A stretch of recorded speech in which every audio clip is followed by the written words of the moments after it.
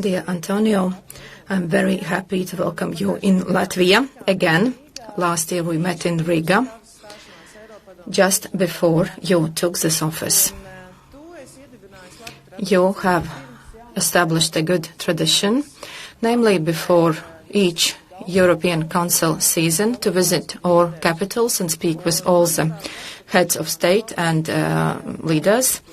This really helps in this very difficult geopolitical situation. This allows us to agree about the most important political priorities. Thank you for this personal contribution to the preparation processes of the European Council.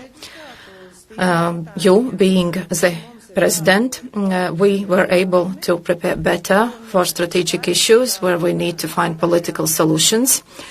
And it is clear that if we prepare them in this informal way by mutual discussion, this strengthens our common work in Europe. I'm sure that ahead of us during this season we'll have many challenges. And as leaders, we are responsible for finding solutions. It's clear that the two main priorities, including for Latvia, will be security and European competitiveness, because unfortunately, Russia continues its war of aggression in Ukraine, and we do not see any tangible indications that Russia would want to stop this war.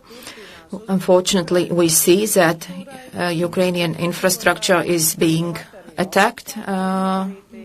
Also, people are attacked, and recently the government building was damaged. So we continue to support Ukraine, and at the same time we strengthen the capacities, security and defense capacities of each EU member state. As a country, we invest in our security, and this year we'll spend more than 4% of GDP for this purpose, and next year we plan to achieve 5%.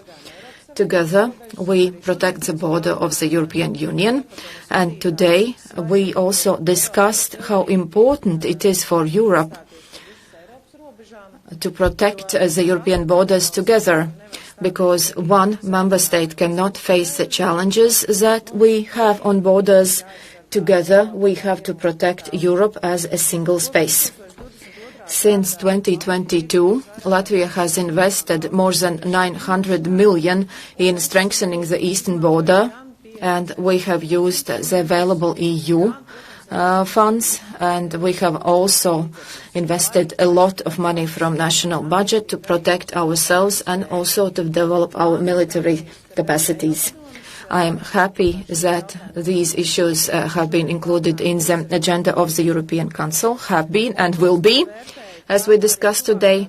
And I also appreciate the fact that in the future discussions, by relying on the contribution of the European Council, we see or expect the next discussion as soon as in October. Of course, to be able to do that, we need financing. And thanks to our common decisions to strengthen the European military industry, Latvian companies that develop new technologies can develop in Latvia, both by relying on the EU funds and also on the national budget and private funds. And we see more and more of such companies, because security and competitiveness go hand in hand. Thus, we appreciate the EU attempts to reduce red tape, so that such fast-developing companies can bring forward their business ideas and offer their technologies in the market. This is one of our national priorities, to ensure that our companies can compete as soon as possible in the markets. And I really have to say thank you to the European Union for reducing the red tape so that we can make good decisions. And I would like to say thank you to Mr. Costa, because he has also contributed to cutting red tape. Because on political level, we maybe not so much discuss documents in the European Council, but maybe these bureaucratic aspects. And it's good that we can delineate these two aspects, bureaucratic aspect and the substantive political discussion. So we expect that during the next season we will continue on the same track. We understand that the topicalities of our region are very important and they are discussed in the European Council. And this was made possible due to the contribution of all the countries from this region, and also due to the fact that the European Council is open to discussions on what is important to us, including on budget. We'll start discussing the budget at the end of this year, and it will be quite difficult to negotiate. But it is clear that support to regions will remain one of the multi-annual framework budget priorities. And Mr. Costa has been the head of state in Portugal for many years, and he knows how important it is to take care of regions.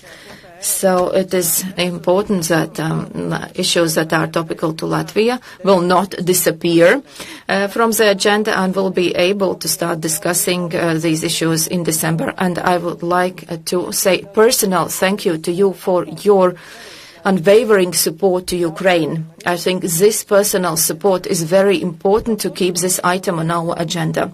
So thank you very much for coming. Thank you for being able to solve jointly the issues that are important to Latvia and to Europe. Thank you. Thank you. And now the floor goes to António Costa, the President of the European Council.